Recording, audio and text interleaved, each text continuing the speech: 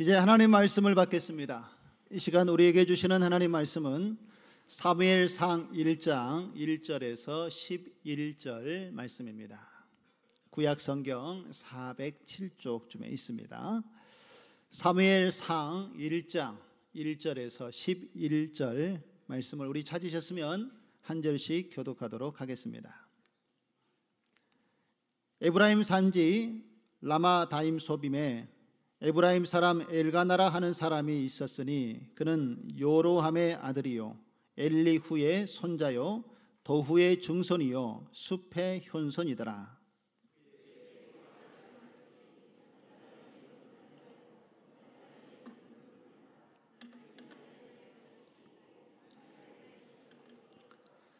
이 사람이 매년 자기 성읍에서 나와서 실로에 올라가서 만군의 여호와께 예배하며 제사를 드렸는데 엘리의 두 아들 홈니와 비느하스가 여호와의 제사장으로 거기에 있었더라.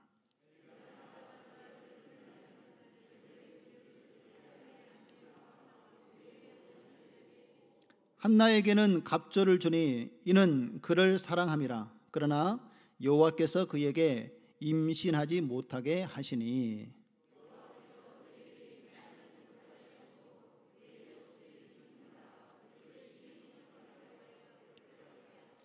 매년 한나가 여호와의 집에 올라갈 때마다 남편이 그같이 하매 분인나가 그를 격분시키므로 그가 울고 먹지 아니하니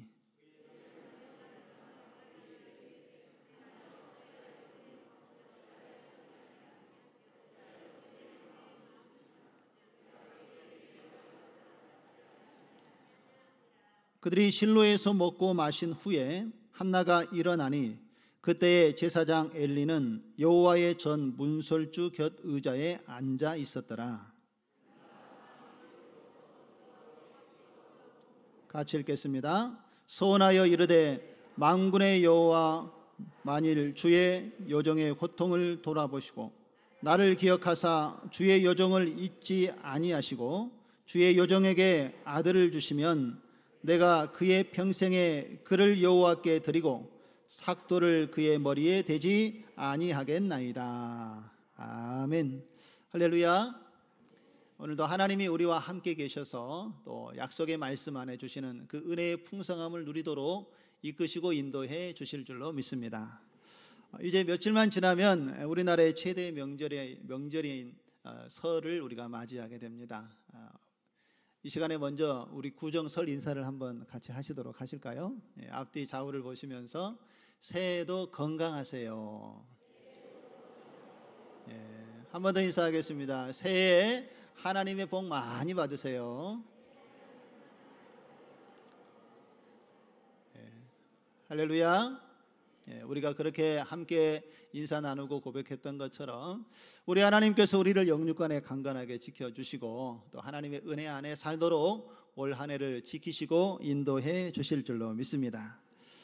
여러분, 이 설 명절은 우리 대한민국 국민들에게는 단순한 명절이 아닌 것 같습니다. 저도 어렸을 때 설 명절을 기다리고 또 그때의 그 즐거움이 머릿속에 기억에 그대로 남아 있습니다. 설날이 되면 왜 즐거울까요?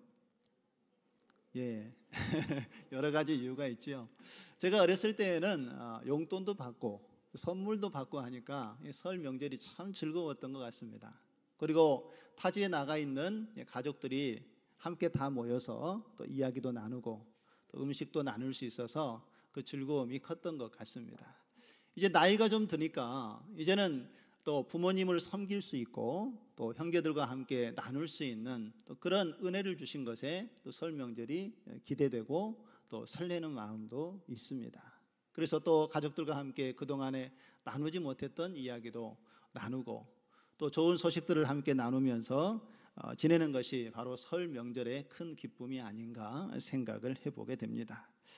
그런데 이렇게 즐거운 설 명절을 보내는 가운데에도 어떤 분들은 부모님이나 형제들 간에 예기치 않은 갈등으로 인해서 어려움을 겪는 가정도 있는 것을 볼 수가 있습니다. 여러분, 성경에도 보면은요, 하나님을 잘 믿는 믿음의 가정이어도 크고 작은 문제들을 안고 살아가는 것을 곳곳에서 살펴볼 수가 있습니다. 하나님을 믿는 믿음의 가정임에도 불구하고 왜 이 믿음의 가정에 어려운 문제가 생기게 되는 것일까요? 그 이유를 곰곰이 생각해 보니까 크게 두 가지로 이렇게 생각해 볼 수가 있습니다. 첫 번째는 우리의 잘못이나 실수로 인하여 발생된 문제 때문에 가정의 어려움이 또 문제로 다가오기도 하고요. 또 어떤 경우에는 우리가 하나님 앞에 죄를 짓는 일이 없음에도 불구하고 하나님께서 우리 가정을 통해서 이루시고자 하는 하나님의 뜻이 있어서 가정에 어려움을 겪게 되기도 한다라는 것입니다. 오늘 본문에 등장하는 이 엘가나의 가정도 이런 한 어려움을 겪고 있는 것을 볼 수가 있습니다.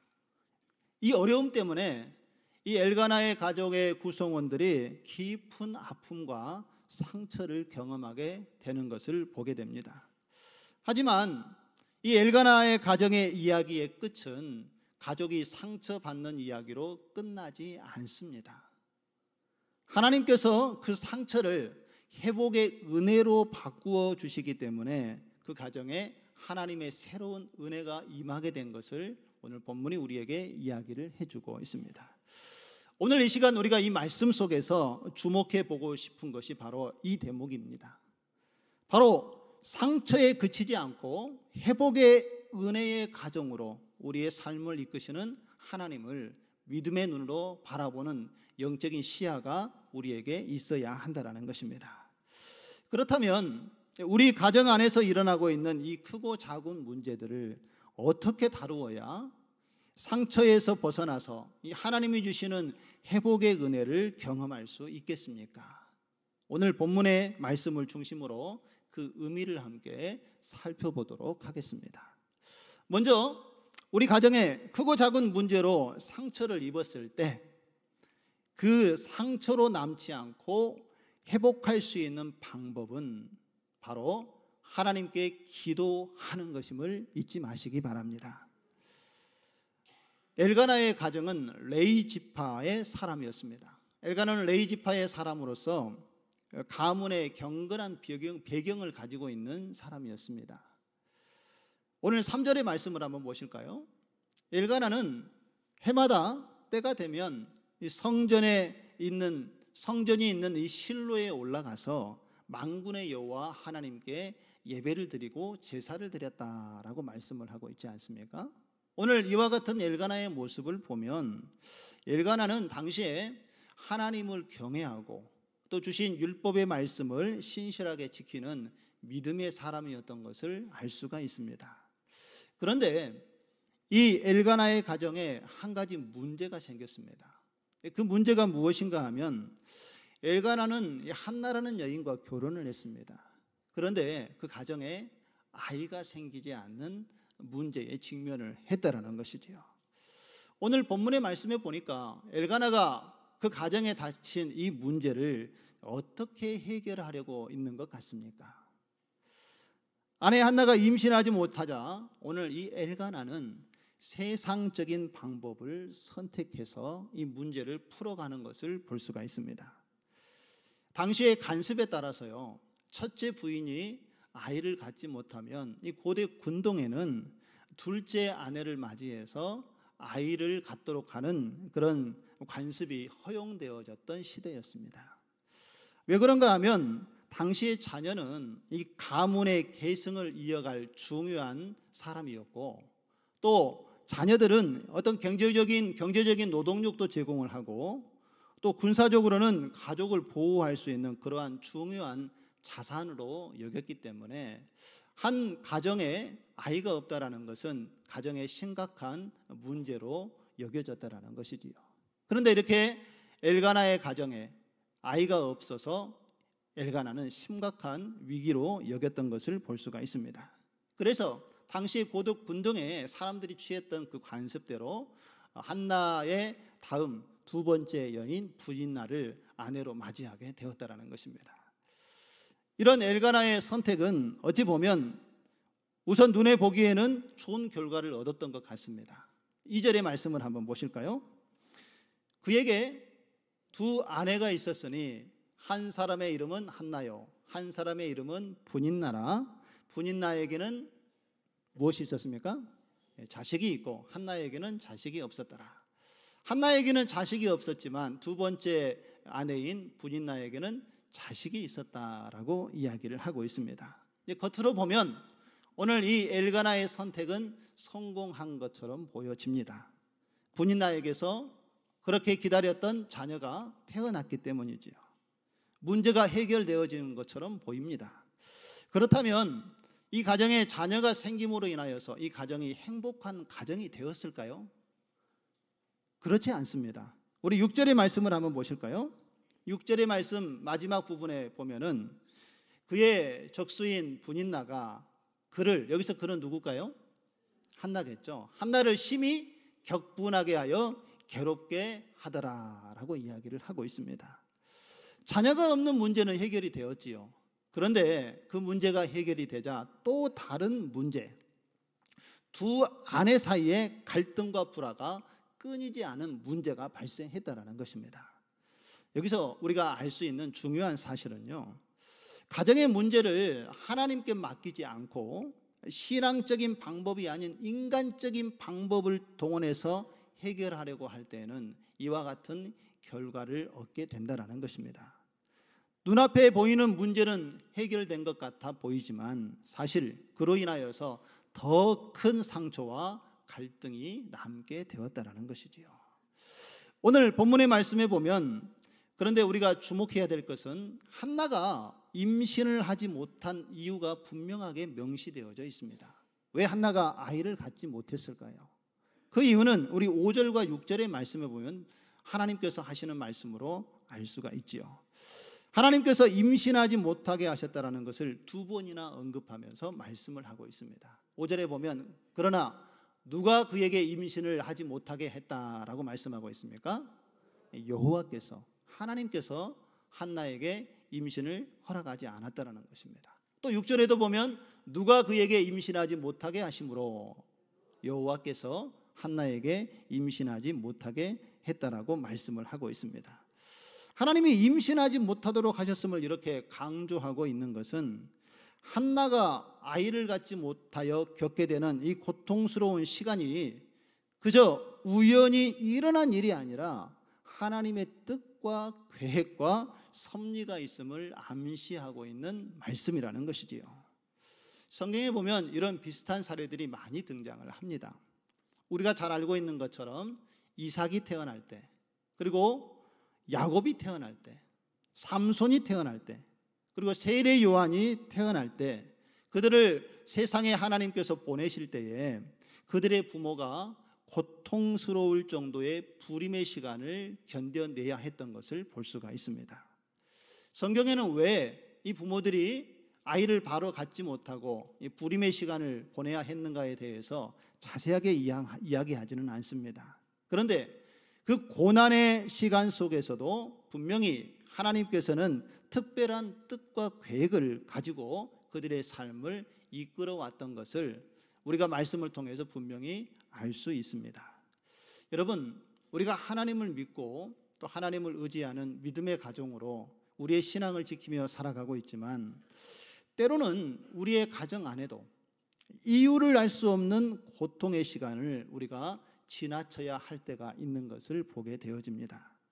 하지만 하나님께서 그러한 시간을 통해서 이루시고자 하시는 하나님의 뜻과 계획이 있음을 믿음의 눈으로 바라보시기 바랍니다.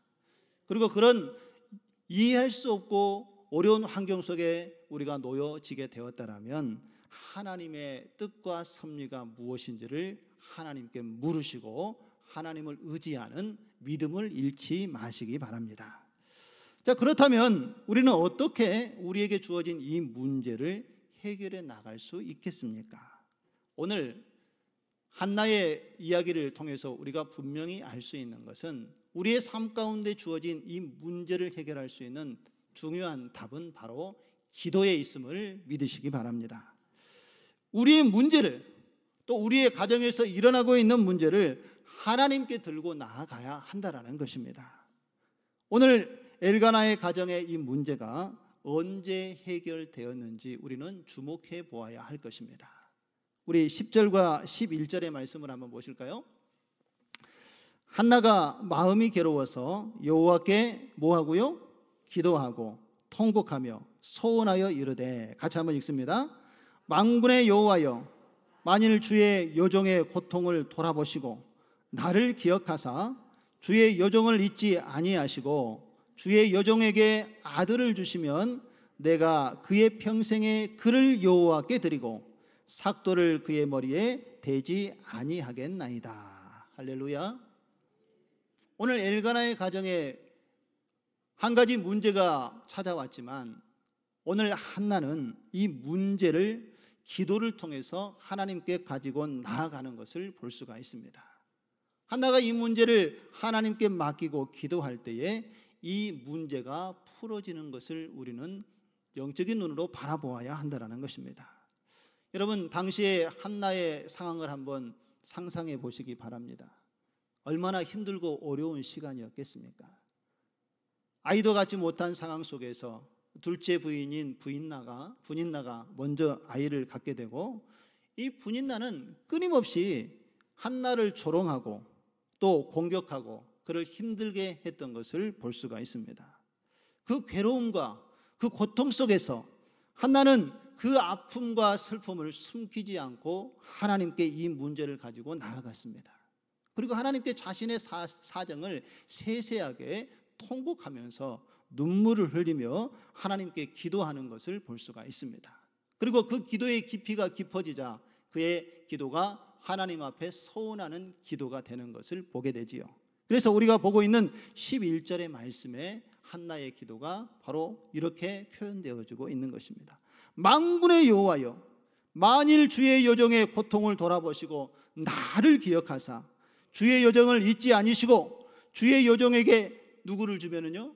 아들을 주시면 내가 그의 평생에 그를 여호와께 드리고 삭도를 그의 머리에 대지 않겠나이다 라고 한나가 간절한 마음으로 하나님께 간구하며 기도했다라는 것입니다. 여러분, 그 결과, 그 기도의 응답으로 얻어든 아들이 누구입니까? 바로 우리가 잘 알고 있는 사무엘입니다. 여러분, 당시에 이스라엘의 시대적인 상황을 우리가 살펴보면 한나가 기도하고 하나님 앞에 나아갔던 이 시기는 바로 사사시대의 끝 무렵이었습니다. 여러분, 사사시대 하면 우리가 잘 알고 있는 이스라엘의 영적인 상태를 점검해 볼 수 있는 시대 아닙니까? 가장 암울하고 가장 하나님 없이 살아갔던 이스라엘 백성들의 영적인 현 주소를 보여주고 있는 것이 바로 사사시대의 모습 아니었습니까? 사사시대의 백성들은 가나안 신들을 섬기고 하나님으로부터 떠나기 시작했습니다. 그리고 하나님을 의지하지 아니하고 그들이 하나님으로부터 멀어질 때에 영적으로 깨어있는 영적인 리더가 없어서 그들을 하나님께로 인도하는 사람도 없었습니다. 바로 이러한 시기에 이 백성들을 하나님께로 이끌어갈 영적인 리더가 필요했던 상황이 바로 사사시대, 한나가 겪고 있었던 어려운 이 문제의 현장에 있었던 상황이었던 것을 보게 됩니다. 여러분, 그러한 환경 속에서 하나님은 이 엘가나의 가정에 한나의 기도를 통해서 사무엘을 보내시기로 작정하셨다라는 것입니다. 그런데 여러분, 중요한 것은 하나님께서는 단순히 이 사무엘을 주시는 것이 아니라 먼저 기도하고 영적으로 준비된 상태에서 사무엘을 주시기 원하셨다라는 것입니다. 이것이 하나님의 백성을 대하는 하나님의 마음이라는 것이지요. 그래서 하나님께서는 한나의 태의 문을 잠시 닫으시고, 그가 고난스럽고 어려운 시간이었지만 그 문제를 가지고 하나님께 나와서 간절히 기도하고 하나님을 더 찾을 수 있도록 그의 삶을 이끄시고 인도했던 것을 볼 수가 있습니다. 그렇게 자신의 어려운 상황과 처지를 가지고 하나님께 통회하며 기도하는 가운데에 한나는 하나님의 계획하심을 하나님의 뜻 안에서 이루어 갈 수 있도록 인도하심을 받게 되었던 것을 보게 되어집니다. 여러분, 우리도 하나님께 기도하고 또 하나님을 의지하며 나아가는데 우리의 기도가 이루어지지 않는 것 같고 또 하나님께서 우리의 기도를 듣지 않는 것처럼 여겨질 때가 있습니다. 그러나 오늘 한나의 이 모습을 우리가 지켜보시면서 하나님께서 우리를 어떻게 대하고 계시는지를 믿음의 눈으로 바라보시기를 바랍니다. 하나님께서는 그러한 환경 속에서 하나님께 더 기도하고 하나님께서 우리가 더 하나님을 간절히 찾고 하나님과 더 깊은 교제의 단계로 나오도록 하기 위해서 우리를 단련하고 연단시키는 과정이라는 것을 잊지 마시기 바랍니다. 오늘 한나가 그렇게 기도하는 가운데에 사무엘을 얻었습니다. 만일에 한나가 이런 기도 없이 사무엘을 얻게 되었다면 한나는 아마도 이 아이를 하나님의 아들로 키우는 것이 아니라 자기의 아들로, 자기의 자녀로 귀하게 여기며 그 아들을 키우지 않았겠습니까? 그러나 한나가 하나님께 기도하고 서원하는 가운데 하나님께 그 아들을 믿음으로 드림으로 말미암아 이 사무엘이 이 시대에 필요한 영적인 리더로 하나님 앞에 세워지는 하나님의 놀라운 은혜를 이 엘가나의 가정이 하나님의 은혜로 경험하게 된 줄로 믿습니다. 하나님의 이 간절한 하나님을 향한 한나의 기도 가운데 사무엘이 태어나게 되었고, 이 사무엘이 태어나서 그 시대에 하나님 앞에 얼마나 귀하게 쓰임받는 선지자요 제사장이 되었습니까? 그 악한 세대를 하나님의 말씀대로 이끌어가고 다 무너져가고 있는 이스라엘 백성들을 다시 일으켜서 하나님의 자녀요 백성이 되도록 이끌어가는 영적인 리더로서 그 사명을 믿음으로 감당하게 된 줄로 믿습니다. 여러분, 하나님께서는 이 한나의 고통을 그냥 지나치지 않으셨다라는 것입니다. 그 고통과 아픔 속에서 분명히 하나님께서는 위대한 계획을 가지고 섭리 가운데 그를 이끌어 가시고 인도하시는 하나님이 되었음을 믿으시기를 바랍니다. 여러분, 우리도 우리의 가정 속에서 이 어려운 문제에 직면할 때가 있습니다. 때로는 이유를 모른 채 그 어려움을 견뎌내야 하는 상황에 우리가 놓일 때가 있지요. 바로 그럴 때가 하나님께 나아가 간절히 부르짖어 기도해야 될 때임을 잊지 마시기 바랍니다. 세상적인 방법으로 우리의 가정에 생긴 문제를 해결할 수 없습니다. 우리가 하나님께 기도하며 하나님의 뜻을 묻고 나아가는 것이 우리 가정의 문제를 해결하는 열쇠임을 믿으시기를 바랍니다.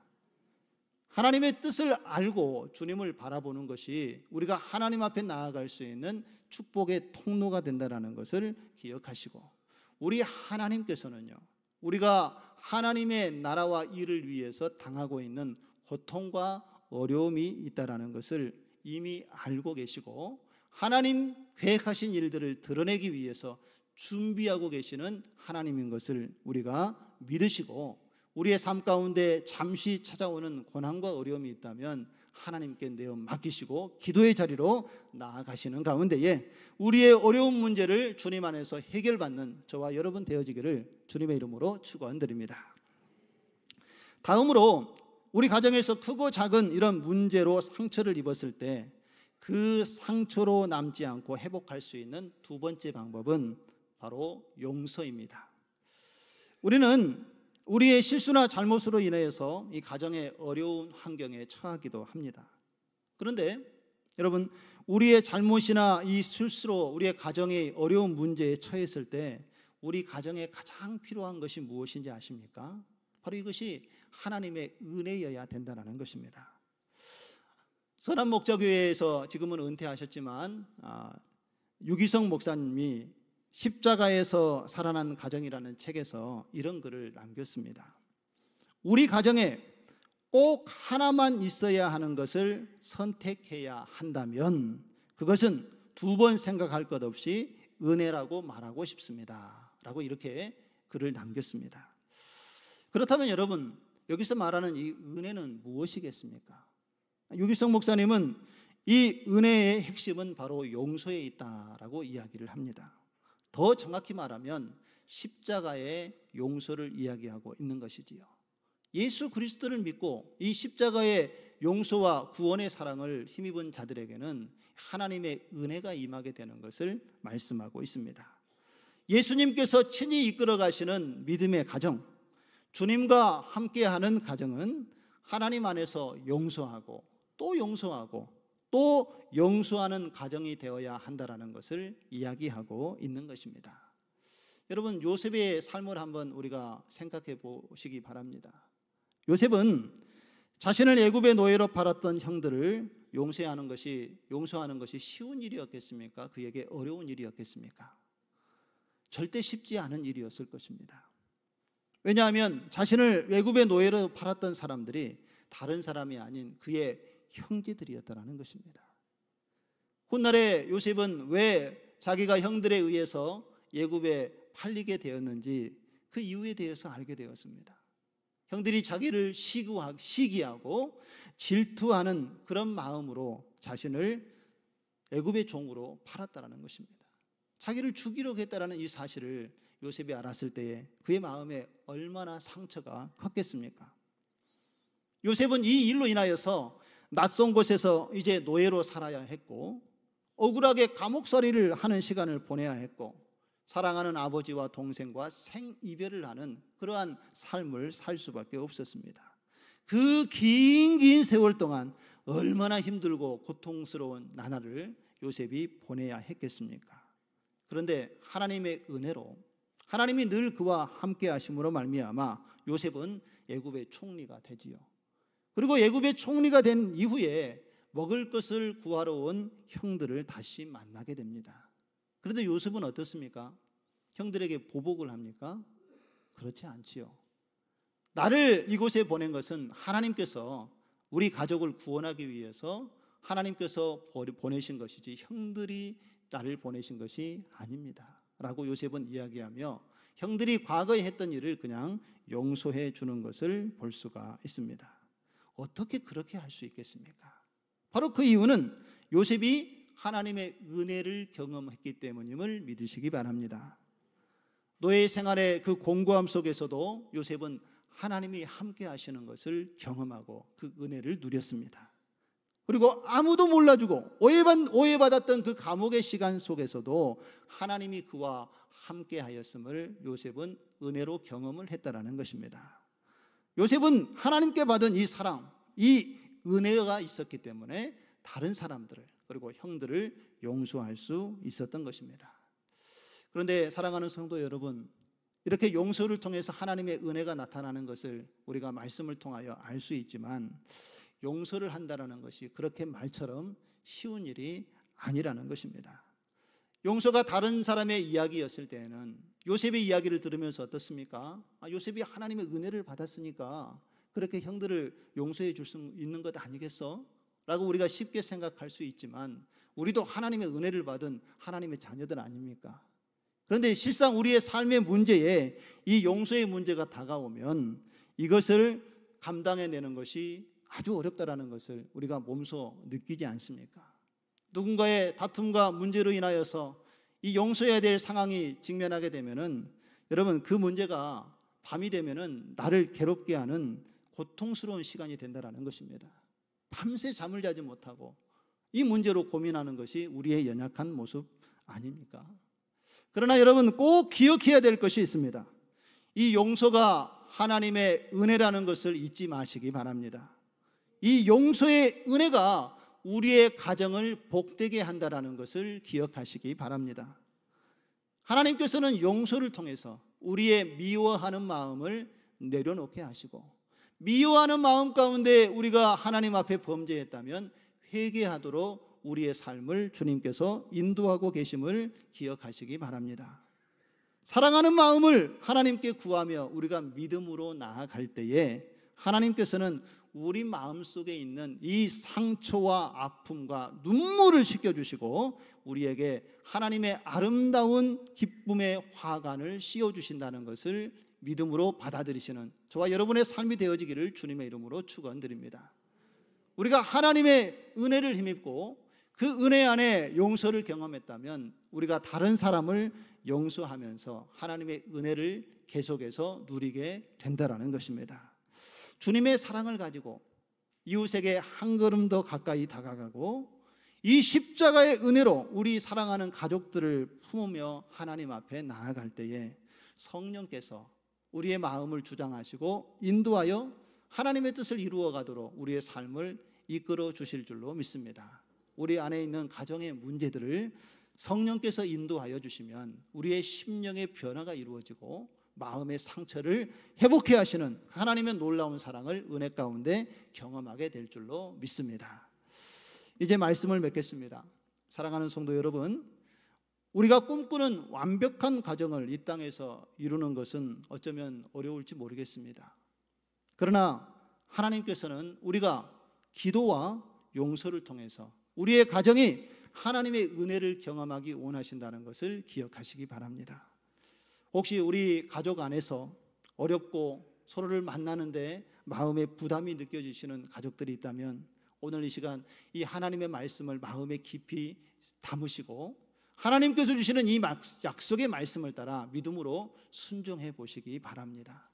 하나님이 주신 은혜와 사랑으로 기도의 자리로 나아가시고 지금의 이 답답한 심정을 하나님께 맡기고 주의 도우심을 구하는 가운데, 그리고 하나님의 은혜로 용서와 용납하고 하나님의 사랑을 나누는 가운데에 우리 안에 놓여져 있는 우리 삶의 문제를 하나님 안에서 해결받는 우리 사랑하는 모든 성도들의 가정이 다 되시기를 주님의 이름으로 축원드립니다. 우리 하나님께서는 우리의 상처를 싸매시고 또 우리의 가정을 회복시키시는 하나님 되심을 믿으시고 이번 설 명절에 하나님의 크고 놀라운 사랑 앞에 감사하고 그 기쁨을 회복할 수 있는 우리 사랑하는 모든 성도님들 되시기로 주님의 이름으로 축원드립니다. 우리 자리에서 다 일어나셔서 함께 하나님께 찬양 드리시고 오늘 주신 말씀을 붙잡고 함께 기도의 자리로 나아가도록 하겠습니다.